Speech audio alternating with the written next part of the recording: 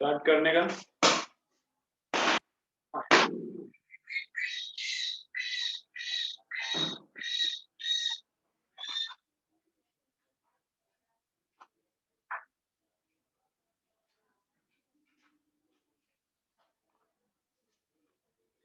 चलो, तो क्या चल रहा है अपना? एनर्जी चल रहा है। एनर्जी में क्या क्या देखा? एनर्जी स्केलर है, एनर्जी को डायरेक्शन नहीं रहता। देन सेकंड क्या है? Mass can be converted into energy and energy can be converted into mass by equation E is equal to mc square. ये किसने इक्वेशन दिया? आइंस्टाइन ने दिया। देन उसके बाद pair annihilation and pair production. Electron and positron collide होता है, electron and positron collide होता है एंड दो गामा रेज प्रोड्यूस होता है। जितना मास है उनका उतना ही एनर्जी प्रोड्यूस होता है। तो हर एक गामा का एनर्जी कितना रहता है? हर एक गामा का एनर्जी कितना रहता है? 0.51 mega electron volt, right. Pair ये एनिहिलेशन हुआ, एनिहिलेशन मतलब खत्म हुआ, इलेक्ट्रॉन एंड पॉजिट्रॉन खत्म हो गया। पेयर प्रोडक्शन भी होता है। पेयर प्रोडक्शन कैसे होता है? एक मिनट है ना, पेयर प्रोडक्शन कैसे होता है?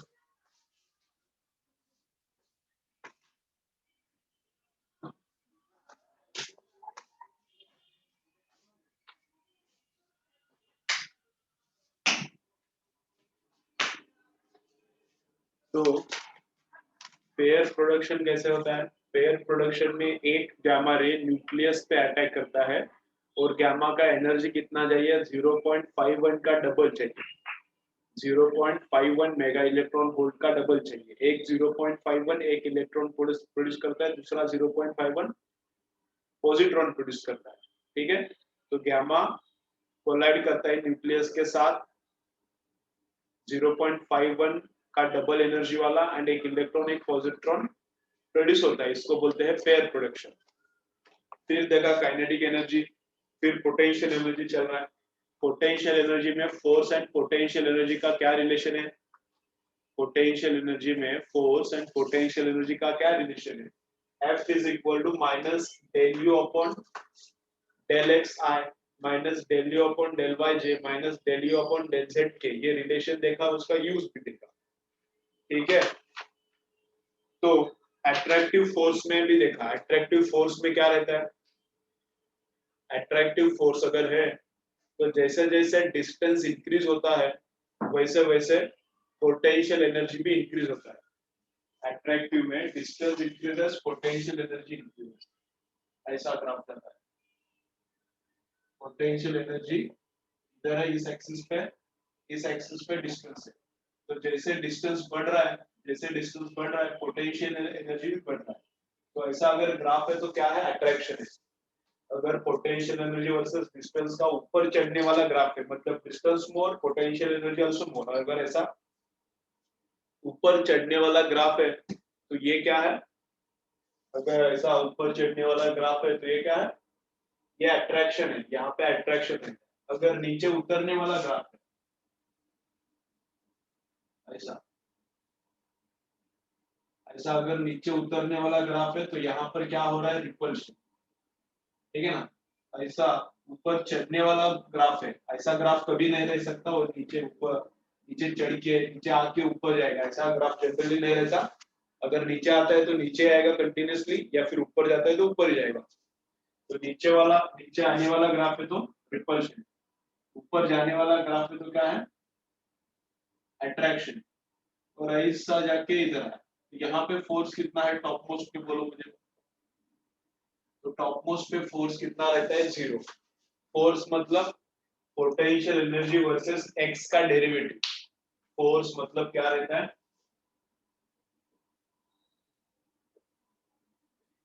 du by dx माइनस रहता है। फोर्स मतलब du by dx माइनस रहता है। ओनली अगर आई कंपोनेंट अगर मैं लिखता हूं तो यहाँ पे बस x ही है ना, यहाँ पे डिस्टेंस का एक ही कंपोनेंट है, x x y z तीनों तो नहीं है। तो ओनली आई कंपोनेंट में कैसा आता है? f is equal to minus du by dx। तो पोटेंशियल एनर्जी वर्सेस x का स्लोप रहता है force. Potential energy versus x का स्लोप रहता है फोर्स। तो यहाँ पे स्लोप कितना है? यहाँ पे हॉरिजॉन्टल हो गया ना लाइन, यहाँ पे हॉरिजॉन्टल, यहाँ पे स्लोप 0 है मतलब फोर्स 0 है। यहाँ पे स्लोप देखो क्या है? यहाँ पे स्लोप ऐसा है, ऊपर चढ़ने वाला स्लोप पॉजिटिव है। स्लोप पॉजिटिव मतलब फोर्स पॉजिटिव, पॉजिटिव फोर्स मतलब अट्रैक्टिव फोर्स। स्लोप पॉजिटिव मतलब फोर्स पॉजिटिव, पॉजिटिव फोर्स मतलब अट्रैक्टिव फोर्स। यहाँ पे क्या है, स्लोप डाउनवर्ड है, ऐसा नीचे आने वाला स्लोप है, तो डिक्रीजिंग स्लोप है, तो फोर्स भी क्या आएगा, निगेटिव में आएगा, सॉरी ये पॉजिटिव है, ये निगेटिव आएगा और ये पॉजिटिव आएगा, क्योंकि इधर माइनस है ना। जो भी स्लोप का साइन है, ये स्लोप है, स्लोप इनटू माइनस है ना, यहाँ पे स्लोप पॉजिटिव है तो पॉजिटिव इनटू माइनस, तो force negative, force and slope का, फोर्स एंड स्लोप का साइन ऑपोजिट है, स्लोप का जो भी साइन है उसका उल्टा साइन फोर्स का। स्लोप पॉजिटिव है, यहाँ पे स्लोप पॉजिटिव है, पॉजिटिव इनटू नेगेटिव, तो फोर्स क्या है, नेगेटिव, इधर फोर्स नेगेटिव, यहाँ पे क्या है, यहाँ पे स्लोप नेगेटिव है, यहाँ पे नीचे आ रहा है ना, तो डाउनवर्ड ऐसा ऐसा लाइन, इधर टेंजेंट मारेंगे तो ऐसा आएगा, तो स्लोप नेगेटिव, तो इधर नेगेटिव तो नेगेटिव नेगेटिव पॉजिटिव, तो फोर्स पॉजिटिव, स्लोप नेगेटिव है, फोर्स पॉजिटिव, यहाँ पे स्लोप पॉजिटिव है, फोर्स नेगेटिव। ठीक है, चलो क्या है ग्राफ में, क्या ग्राफ जब नीचे आ रहा है, ग्राफ जब नीचे आ रहा है तब रिपल्शन है, ग्राफ जब ऊपर चढ़ रहा है तब क्या है, अट्रैक्शन है। रिपल्शन मतलब फोर्स पॉजिटिव है, उल्टा भी बोल सकते हैं, फोर्स पॉजिटिव है तो रिपल्शन है, अट्रैक्शन है तो फोर्स निगेटिव रहता है, या फिर फोर्स जब निगेटिव रहता है तब अट्रैक्शन रहता है। ठीक है, चलो इधर वापस है क्या, रिपल्शन है, इधर इधर अट्रैक्शन, वापस इधर रिपल्शन। चलो इसका ड्राइंग करो, इसका ड्राइंग करो।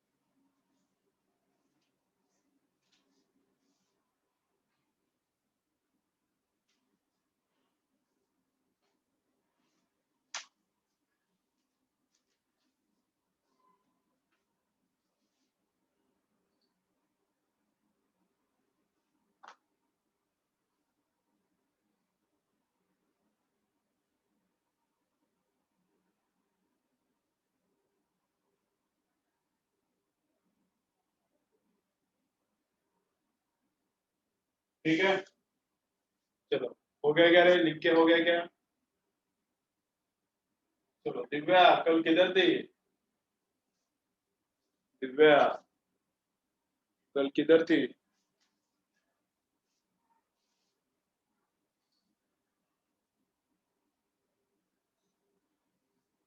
स्कूल चालू हो गया क्या, कॉलेज स्कूल, दिव्या इचलकरंजी में कॉलेज स्कूल चालू हो गया क्या।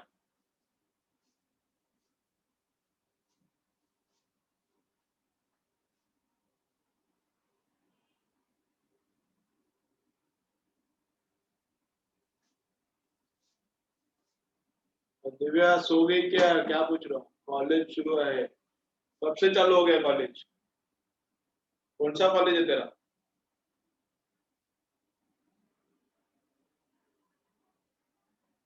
कौन सा कॉलेज है, कब से चालू हो गया। चलो देन नेक्स्ट लिखो types of equilibrium, then next क्या लिखो, टाइप्स ऑफ इक्विलिब्रियम। ये ऑलरेडी इलेक्ट्रोस्टैटिक्स में तुम लोगों को हुआ होगा, ये ऑलरेडी रिप्लाई का वेट कर रहा हूं मैं तेरे, मैं ऑलरेडी, ये ऑलरेडी इलेक्ट्रोस्टैटिक्स में कौन सा बनने रहे, स्कूल में किधर थी फिर, मंडेरी में थी क्या, कौन से स्कूल में थी।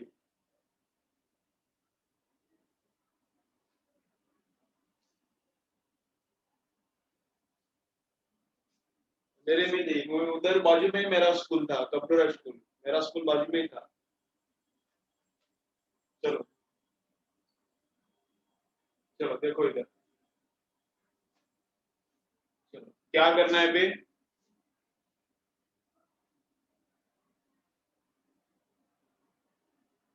मनेरे में मेरे एक दोस्त पढ़ती थी, तो इसलिए मनेरे मुझे याद है। चलो देखो क्या है, तो टाइप्स ऑफ इक्विलिब्रियम। दोस्त मतलब ऐसा, मैंने एज्यूम किया था वो मेरी दोस्त है, लेकिन मैं उससे कुछ बोला वगैरह नहीं था, कि मैंने अपने खुद के मन में एज्यूम किया था वो मेरी दोस्त है ऐसा। ठीक है, टाइप्स ऑफ इक्विलिब्रियम, तो वन साइडेड दोस्ती थी ऐसा। टाइप्स ऑफ इक्विलिब्रियम,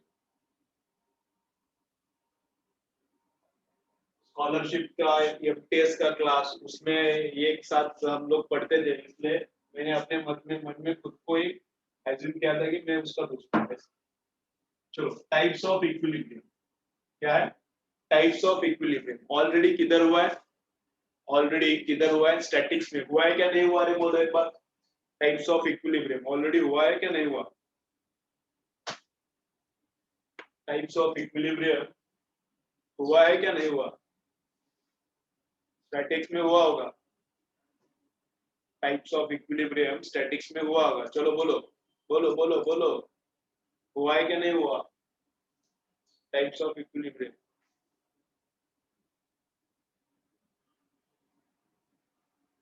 हो गया है, ठीक है। तो यहाँ पर भी टाइप्स ऑफ इक्विलिब्रियम में एकदम शॉर्ट में मैं बोलता हूँ, तो टाइप्स ऑफ इक्विलिब्रियम क्या है, stable, unstable and neutral. Types of equilibrium क्या है, stable, unstable and neutral.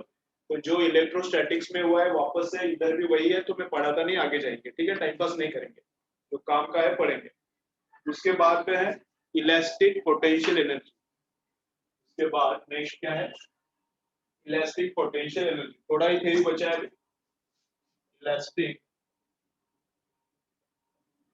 Potential energy. ठीक है, तो इलास्टिक पोटेंशियल एनर्जी में क्या है देखो, elastic potential energy, elastic potential energy मतलब समझो अगर रबर है,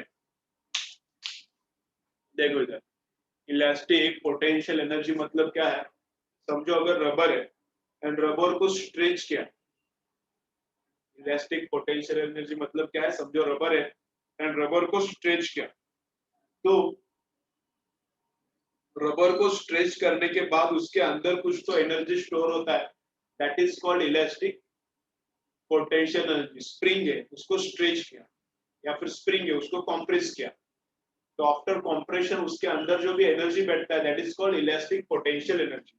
ठीक है, तो इलास्टिक पोटेंशियल एनर्जी कितना रहता है, इलास्टिक पोटेंशियल एनर्जी क्या रहता है, वो रहता है हाफ के x square. Elastic potential energy क्या रहता है, हाफ के एक्स स्क्वायर। तो के क्या है, के क्या है, के है फोर्स कांस्टेंट।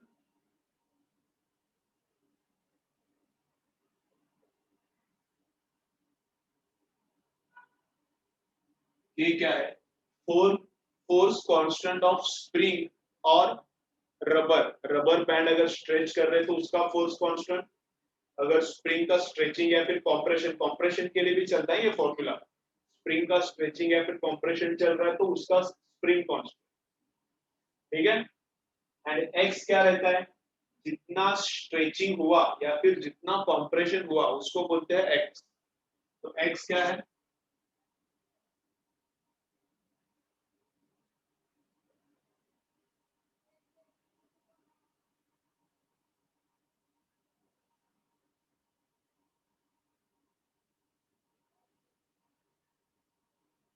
तो एक्स क्या है, लेंथ के वजह से, बिकॉज ऑफ लेंथ, लेंथ की वजह से नहीं, फोर्स के वजह से इसका लेंथ इंक्रीज होगा या फिर डिक्रीज होगा, तो जितना इंक्रीज होता है या फिर जितना डिक्रीज होता है उतना ही लेने का, पूरा लेंथ नहीं लेने का, पूरा लेंथ नहीं लेने का, जितना लेंथ चेंज होता है वो एक्स रहता है। एक्स मतलब change in length, length change due to force, ये रहता है एक्स। तो एक एग्जांपल दिखाता हूं तो और थोड़ा क्लियर हो जाएगा, देखो क्या है, ऐसा एक स्प्रिंग है, ऐसा एक स्प्रिंग है इधर,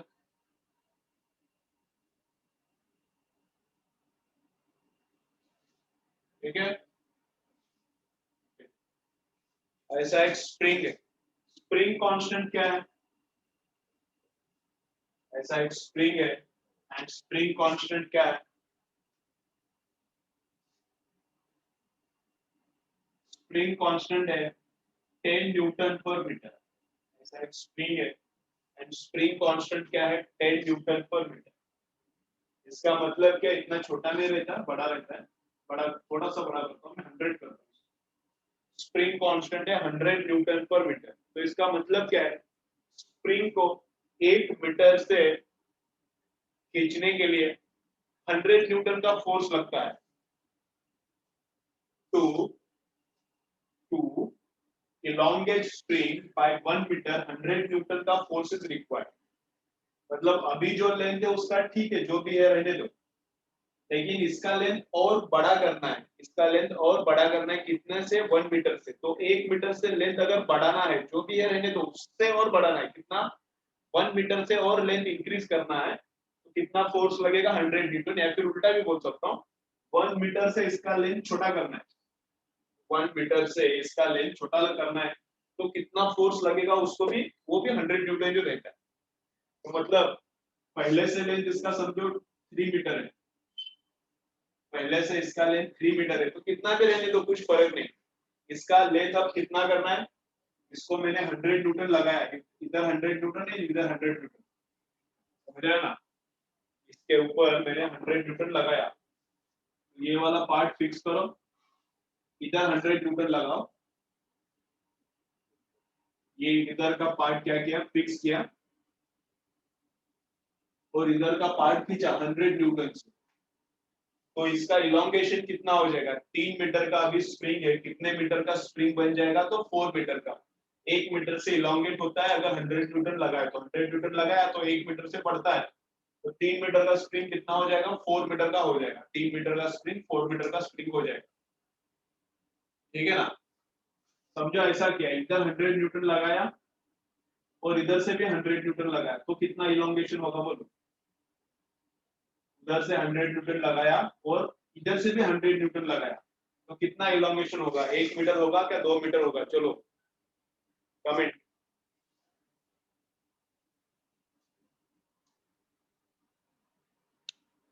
बोलो बोलो बोलो, कितना है?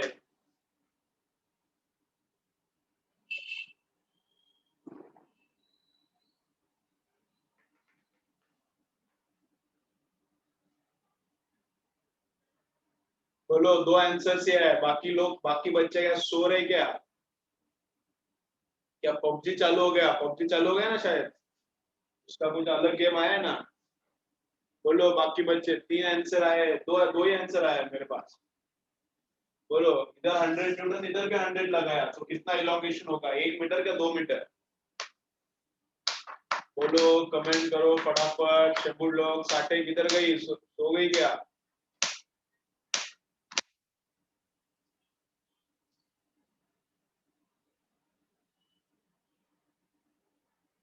कितना होता है? तो इलोंगेशन लगेगा कि 2 मीटर का होगा। इधर का 100 न्यूटन 1 मीटर करेगा, और इधर का 100 न्यूटन 1 मीटर करेगा, लेकिन ऐसा नहीं होता। इलोंगेशन कितने का होता है? इलोंगेशन कितने का होता है? 1 मीटर का ही होता है इलोंगेशन। ठीक है ठीक है, इलोंगेशन कितने का होता है? 1 मीटर का ही होता है। तो इधर का समझो, इधर फोर्स भी नहीं लगाया, इधर फोर्स भी नहीं लगाया, इधर फिक्स है समझो। लास्ट एग्जांपल में जैसा बोला था वैसा इधर फिक्स है, यहाँ पे फिक्स है और इधर ही फोर्स लगाया। स्प्रिंग का इधर का ये पार्ट फिक्स है और बस उधर फोर्स लगाया। तो अगर उधर फोर्स लगाया तो इधर भी अपने आप लगता ही है, उधर फोर्स लगाया तो इधर भी अपने आप लगता ही है। क्यों? अगर इस पे, अगर स्प्रिंग पे ओनली 100 न्यूटन एक्ट कर रहा है तो स्प्रिंग उधर भाग जाएगा ना। स्प्रिंग पे अगर ओनली 100 न्यूटन काम कर रहा है इस केस में, तो स्प्रिंग उधर जाएगा ना? तो नहीं, स्प्रिंग पे टोटल फोर्स कितना है? 0 है। स्प्रिंग पे टोटल फोर्स कितना है? तो 0 है। तो ऐसा रहता है, ये वॉल स्प्रिंग को इधर खींचते रहता है 100 न्यूटन से। अगर वॉल स्प्रिंग को नहीं खींचेगा तो स्प्रिंग उस 100 न्यूटन के साथ चला जाएगा ना, समझ रहा है ना? अगर ये वॉल इसको नहीं खींचेगा तो ये 100 न्यूटन के साथ ये स्प्रिंग चला जाएगा ना, तो बॉल इसको खींचते ही रहता है। हमने 100 न्यूटन लगाया तो बॉल को भी 100 न्यूटन लगाना ही पड़ता है। तो इसलिए स्प्रिंग पे टोटल फोर्स कितना होता है, अंदर इसके टेंशन रहता है 100 न्यूटन का, इधर 100 इधर 100, मतलब स्प्रिंग के अंदर टेंशन 100 न्यूटन का है, लेकिन स्प्रिंग के ऊपर फोर्स कितना है, तो 0 है। अगर स्प्रिंग के ऊपर उस डायरेक्शन में फोर्स है तो स्प्रिंग उधर जाएगा। If total force on spring is in this direction तो स्प्रिंग इधर आएगा। अगर स्प्रिंग नहीं जा रहा, किधर भी नहीं जा रहा, बस एक्सपांशन हो रहा है उसका, मतलब स्प्रिंग के ऊपर टोटल फोर्स कितना 100, हमने 100 लगाया, बॉल स्प्रिंग के बॉल स्प्रिंग पे 100 लगाता ही है, बॉल स्प्रिंग पे 100 लगाता ही है, समझ रहे हैं ना। तो इधर 100 लगाओ, इधर 100 लगाओ, इधर फिक्स करो, या फिर इधर फिक्स मत करो, दोनों तरफ 100 लगाओ, तो भी फोर्स कितना है 100 न्यूटन का ही है, तो भी स्प्रिंग के अंदर टेंशन कितना पकड़ने का 100, इधर 100 लगाया, इधर 100, तो स्प्रिंग के अंदर का टेंशन कितना पकड़ने का 100 न्यूटन ही पकड़ने का। न्यूटन्स लॉज में हुआ है अपन को, न्यूटन्स लॉज में हुआ है, भूलो मत, न्यूटन्स लॉज में ये हुआ है, ठीक है। लेकिन हमने 100 नहीं लगाया, हमने कुछ तो फोर्स लगाया है, या पता नहीं कितना लगाया है, एफ फोर्स लगाया। तो because of F force extension कितना होता है,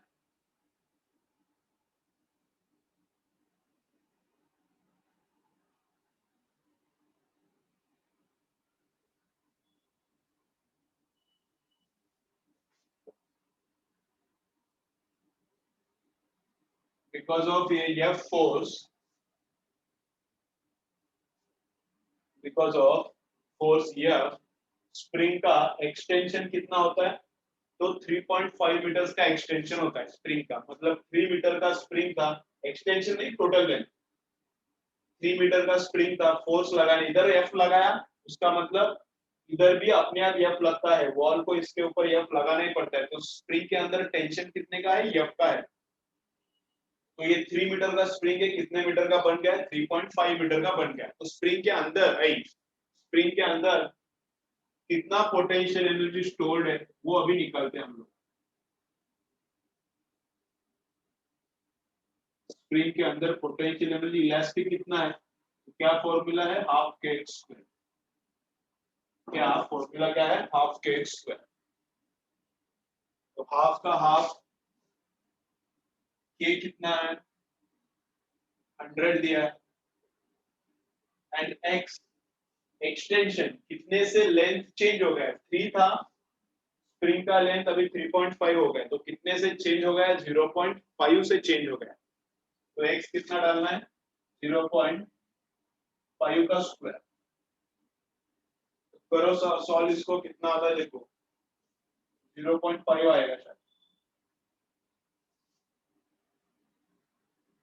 12.25 आता है क्या, देखो देखो कितना आता है, 12.25 जूल।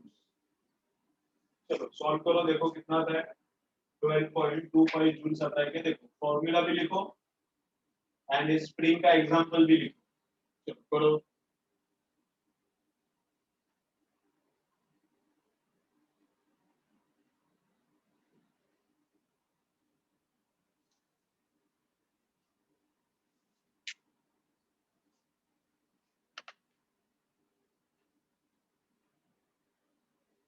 ट्वेल्व पॉइंट फाइव आता है क्या, ठीक है आता होगा।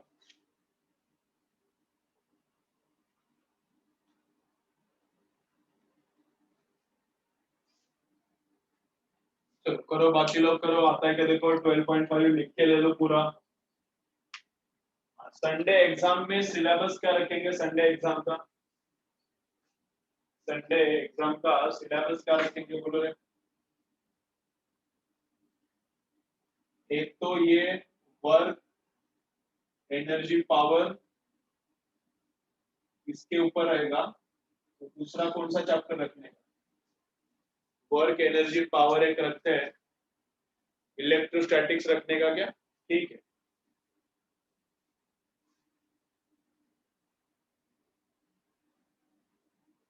और इलेक्ट्रोस्टैटिक्स रिवाइज करो, ठीक है, वर्क एनर्जी पावर पे 15 न्यूमेरिकल्स डालता हूँ, वर्क एनर्जी पावर पे 15 न्यूमेरिकल्स और 30 न्यूमेरिकल्स इलेक्ट्रोस्टैटिक्स पे रहेगा। ठीक है, चलो लिख के ले लो ये सिलेबस, संडे पेपर का सिलेबस।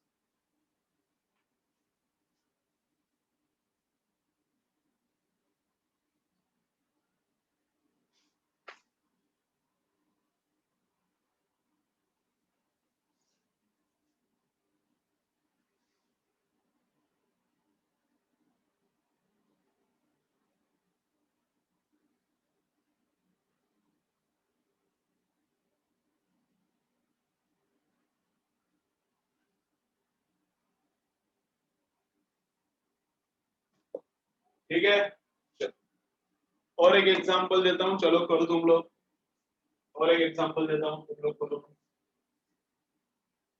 ये रबर के लिए भी चलता है, ये फॉर्मूला हाफ के एक्स स्क्वायर का रबर के लिए भी चलता है।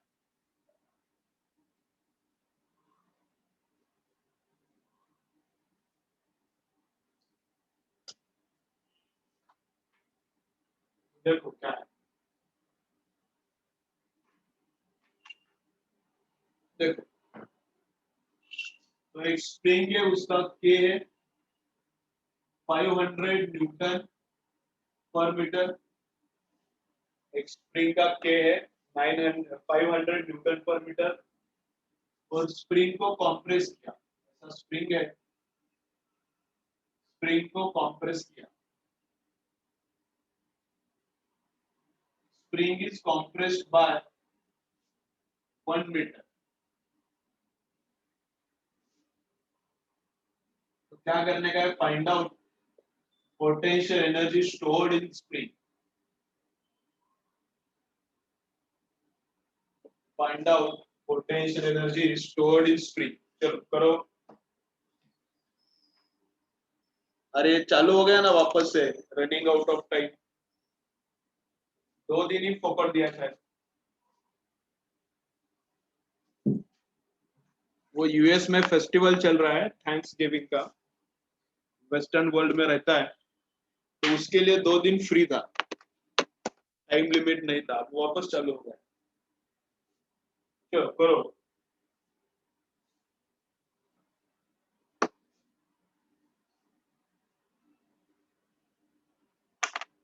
देखो एकदम सिंपल सिंपल है, क्या आता है देखो।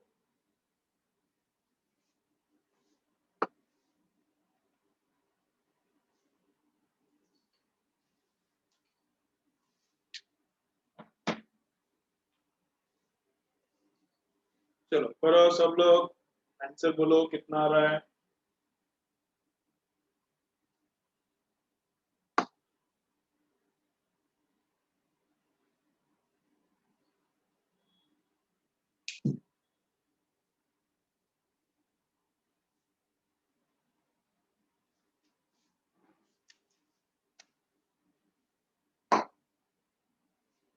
तो 250 आ रहा है, एकदम सिंपल सिंपल है। तो potential energy stored inside spring is half into के, के इज 500 इनटू कितने से कॉम्प्रेस हो गया, मतलब जितने से कॉम्प्रेस हुआ या फिर जितने लेंथ से एक्सटेंड हुआ वही रहता है एक्स। तो ये अपना 1 मीटर एक्स है, 1 मीटर से लेंथ चेंज हुआ है तो 1 मीटर ही एक्स है, तो 1 का स्क्वायर।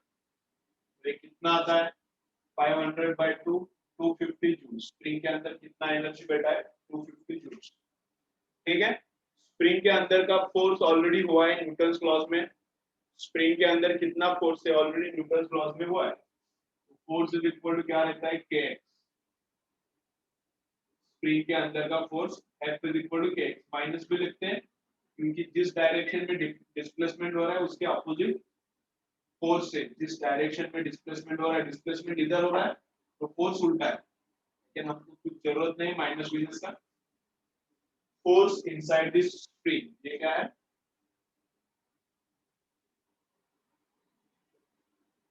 ये ऑलरेडी हुआ है ना, न्यूटन लॉज ऑफ मोशन में हुआ है।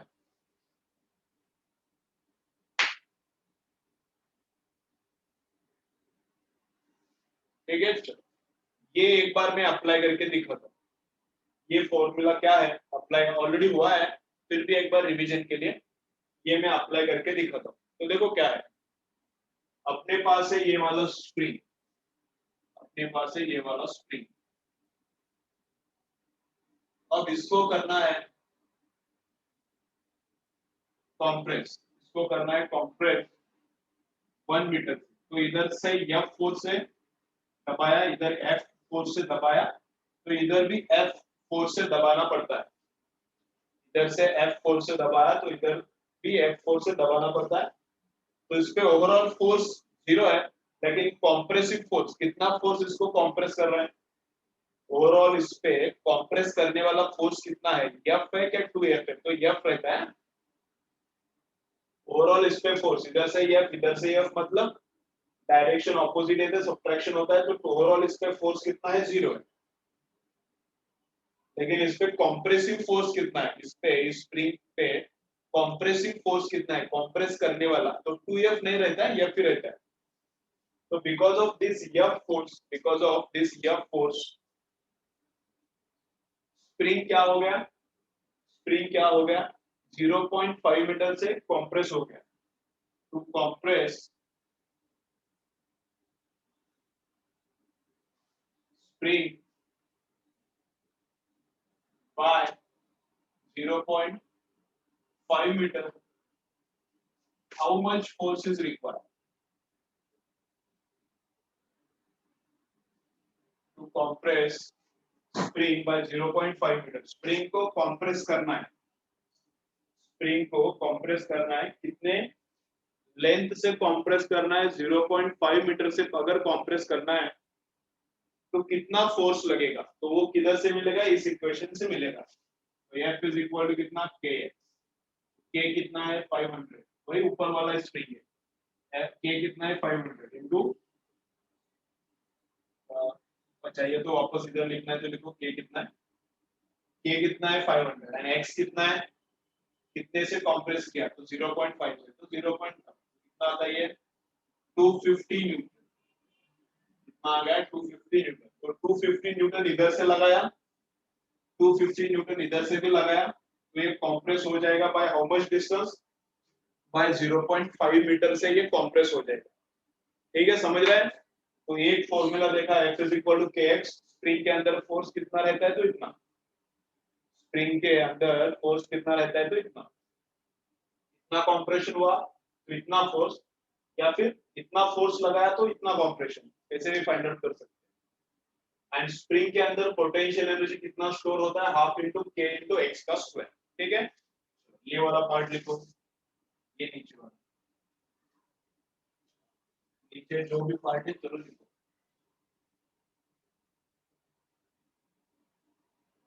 ये वाला पार्ट लिखो फटाफट।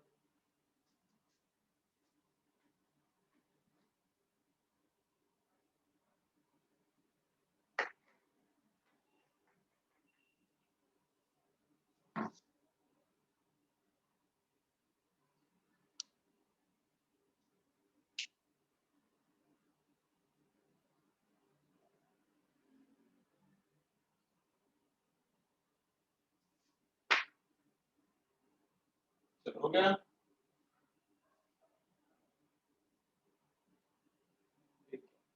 देन देन क्या है, एरर लिस्ट में है, अगर तुम लोग थ्योरी रीड करोगे तो ये दिखेगा, इसलिए मैं बोल रहा हूँ। Energy graph for oscillating object, potential energy for oscillating object and kinetic energy for oscillating object, इसका एक ग्राफ है, लेकिन वो हमें हो जाएगा ऑसिलेशन चैप्टर में, एसएचएम चैप्टर में, तो वो मैं अभी नहीं बताता, थोड़ा कंफ्यूजन हो जाएगा नहीं। ठीक है,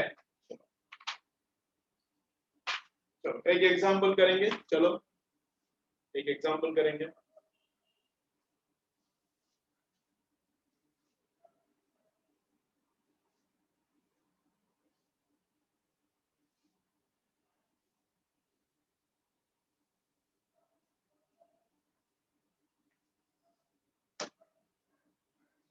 चलो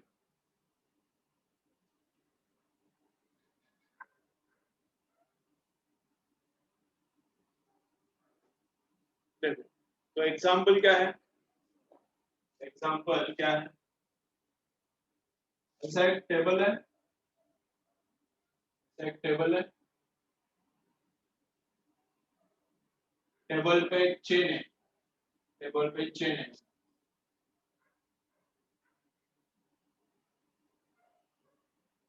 ठीक है। चेन का लेंथ है 5 मीटर और चेन का मास है 25 केजी या फिर 20 केजी। चेन का मास है 20 KG and its length is how much? 5 meter.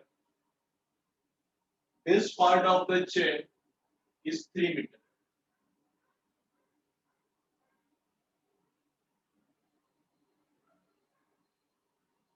This part of the chain which is hanging over the table, that length of chain is how much? 3 meter.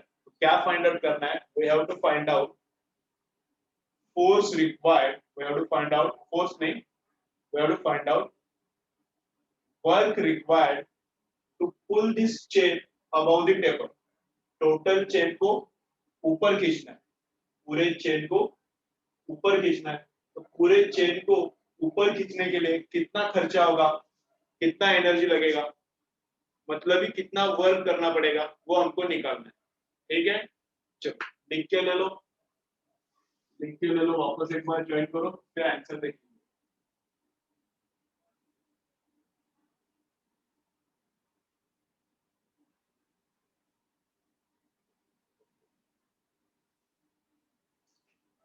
चलो वापस एक बार connect करो, फिर answer देखेंगे इसका।